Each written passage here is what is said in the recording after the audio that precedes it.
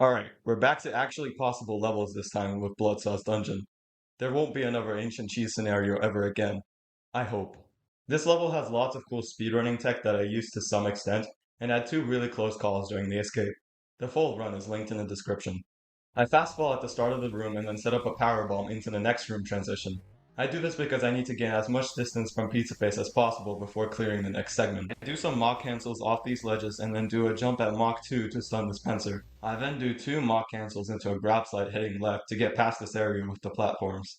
I then jump onto the wall and then dive past Pizzaface to continue onto the right. I fastfall two more times before entering the next room, one of them being buffered off of a wall. The next room is pretty standard with some more Mach cancels and fastballs, but I make sure to gain enough speed to break the hidden metal block in front of the first secret.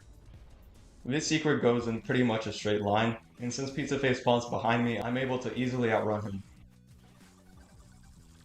Coming out of the secret, I twirl two more times and then jump over this anchovy. I then fastball down this long drop and head to the left to reach the cheese topping. I wait a bit for Pizzaface to catch up before juking him with a wall jump, which lets me enter the next room. The next room involves a lot of setup, so I powerbomb into the hole. This lets me reach Mach 3, which I am able to maintain by drifting here, and then powerbombing to avoid Pizzaface. I then twirl after getting the tomato topping and do a jump followed by a mid-air Mach cancel to lure Pizzaface up a bit more. Another mid-air Mach cancel later and I reach this cave section. Here I need to jump over Pizzaface with a wall jump as I don't have enough room to enter this corridor, and I kill this anchovy before ending up right here. Here I have to grab in mid-air, but do it in a way that lures Pizzaface a bit more to the left. I then cancel the grab by grabbing to the right, and then enter a grab slide as I drop down to the platform. Now I need to get past this long stretch of sauce, and so I do a powerbomb, as that move gives Pepino some extra airtime and can be done immediately after a grab slide. This stuns Pepino for a bit once he reaches the ground, but it gives us enough time to grab slide again to run away from Pizzaface. There's an annoying pincer down here, so I preserve my speed with a drift to kill him right after I drop down, and then Mach cancel again to leave the room. I kill this enemy for fun before twirling a bunch to get down to this section, where I do a powerbomb onto the slope. I then have to land this precise powerbomb to drop Pepino into this tight hole, which I do by using visual cues in the background. The next room has me go back and forth a couple of times, so I preserve my speed and bait Pizzaface up a couple of times to get through it. The next room is very easy, where I powerbomb a couple of times before reaching the next drop. Here I have to do multiple twirls to do this room optimally, and also do an instant powerbomb after a grab slide to break these blocks. After killing a pincer near the bottom, I jump up to stall Pizzaface a bit before dropping and performing this tight powerbomb. I mess up a lot during the next few sections because, nerves, so I'll briefly explain what I was trying to do. To get the pineapple topping optimally, I try to go for an up dog into an insta-turn to maintain most of my speed, but I accidentally cancel the uppercut too early with a grab and then mess up the movement on the wall. This only loses me some time and nothing else, so I move on to the room with Pillar John. It leads to a dead end similar to John Gutter, so I do a similar wall jump over Pizzaface to go back. I get the second secret on the way back, which actually stumped me for a while.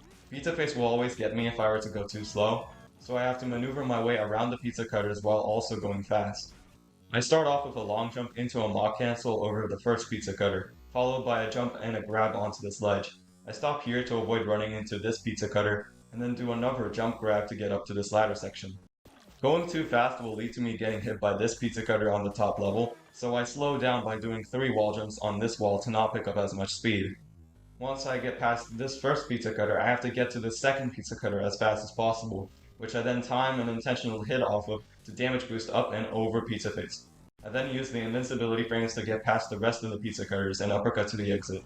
If I messed up while doing this secret, there is a backup strategy that I could use where I jump over Pizzaface using this wall, but the damage boost is more reliable in my opinion. I jump off this wall in the transition to switch sides without losing any speed, and I set up a fast walk into an insta-turn by grabbing at the top of this wall. After a few Mach cancels and another insta-turn, I reach this room where I mess up big time. I tried doing 3 consecutive up dogs to maintain my speed throughout the entire room, but I guess I sucked at up dogs that day because I did not land a single one. I even compensated for missing the first one by setting up a regular insta-turn, but then I failed an up dog again and almost got caught by Pizzaface.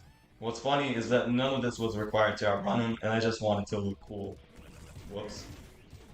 I super jump here to skip this section off to the right, and then set up another insta-turn to go back to the right onto this wall with most of my speed. I drift as I reach the ledge to set up a super jump into the last secret, where I have to collect these points ahead of time to maintain my combo. I then wait around a bit until Pizzaface shows up on screen, where I then do a bunch of wall jumps to narrowly dodge him. I make sure to grab Jerome in this room to get the secret treasure during lap 2.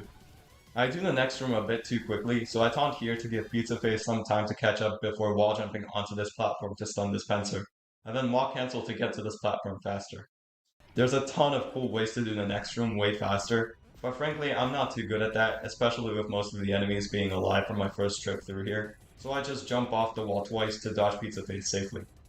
The lap 2 goes a lot smoother, although I do mess up an early insta turn in the last updog before Jerome, leading to a very close call. I honestly have no idea how this run is even still going. I guess that's what I get for trying to do speedrun tech with nerves. I end with a time of 5 minutes and 2 seconds. Looking back, those fails lost more time than the speedrun tech saved, so I would have probably done better if I had just done safer strategies. Now we have a situation. Oregano Desert is impossible, as I discussed earlier, due to Pizzaface not stopping when Pepino eats the Hot Wing power-up. Waste Art is probably as impossible as you can get, as I think every single ghost segment in the level is not doable. That means the next level I'll be going for is Fun Farm.